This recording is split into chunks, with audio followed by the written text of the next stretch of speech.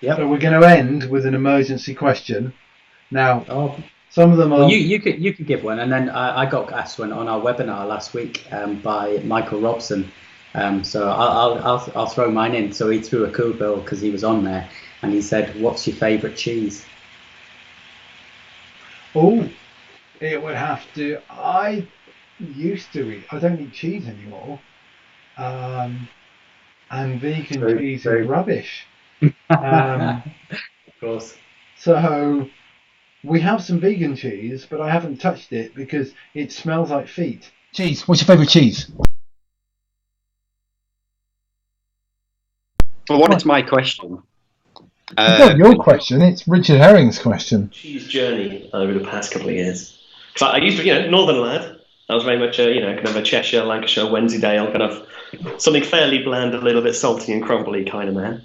Then married a French person who insisted on giving me a cheese education, and so, ate a lot more stinky, creamy, blue stuff than I used to. So my middle ground, I love a manchego. Manchego's good cheese. Has a little bit of the kind of northern crumbly white. Right. Otherwise, South Felician is a very nice cheese. That is more of your pongy, creamy French thing. Definitely not vegan. No, but a very no. nice. I mean, It's the kind of one where you can dip things into it even when it hasn't been baked. It's kind of one of those. Richard Herring's. That's it. did you not steal it from Richard Herring? The most mature cheddar you can get. There's a local creamery around here called Davidstow, and it's actually really close to a place where I go show jumping course building regularly. Davidstow cheddar, they're vintage, extra mature, and it's actually called Davidstow Crackler.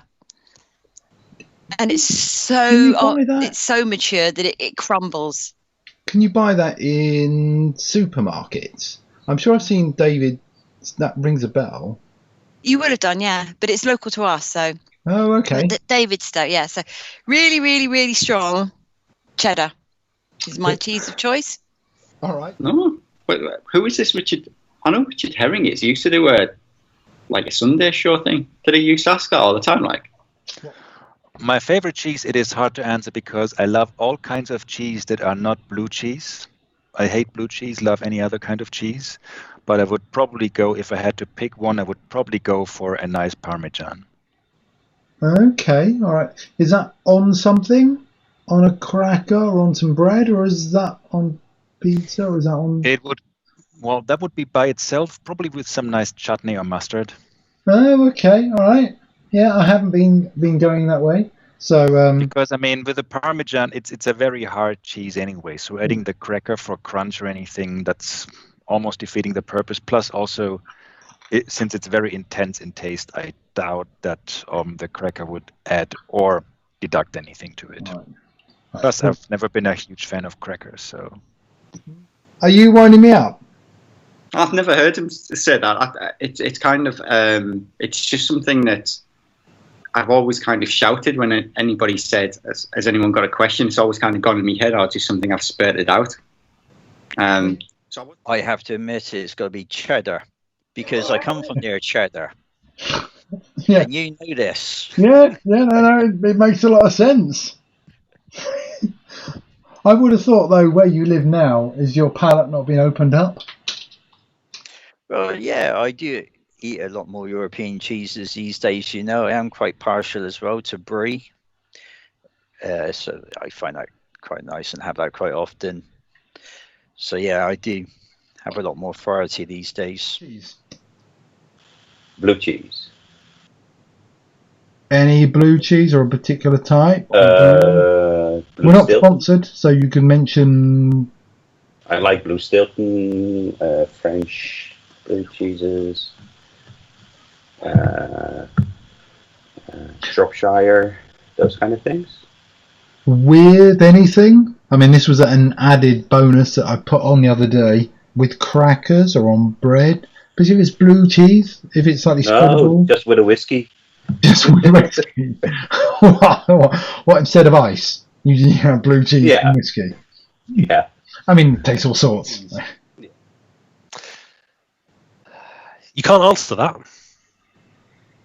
Is that like, what's your favourite child? No. Different cheese is right in different circumstances.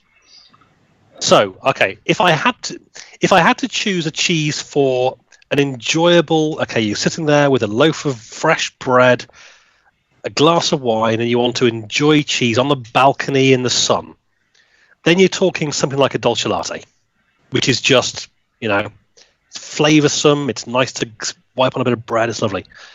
But if I had to choose a single cheese to have for the rest of my life, which you've got to, cheese on toast. You get a nice crumpet, smother it in Marmite with some mature cheddar on top under the grill. Now that is a food for kings. So for cheese on toast and cheese on crumpets, I would go a nice mature cheddar. But then I wouldn't say that's the best cheese. That's just the most day-to-day useful. I would say a dolce latte, or if you want maybe a brie. But then as a starter and a meal, you want a baked camembert. So how can you choose and compare those different cheeses? They're different scenarios for different people. It's like a nice wine. You want a nice, nice glass of Malbec. Easy, straightforward, relatively cheap. You can drink on a Friday afternoon without really breaking the bank. But if you go to a really nice restaurant, you don't want to go for a Malbec. You want to go for a nice Pinot Noir or something, a nice Burgundy, because you know that their wine people are going to be good at choosing wines and you're going to get a nice one. But if I go into a shop and want to choose a Burgundy, I'll choose a rubbish one because I'm rubbish at wines. So you kind of need to choose your wine depending on your scenario, and cheese is very much the same.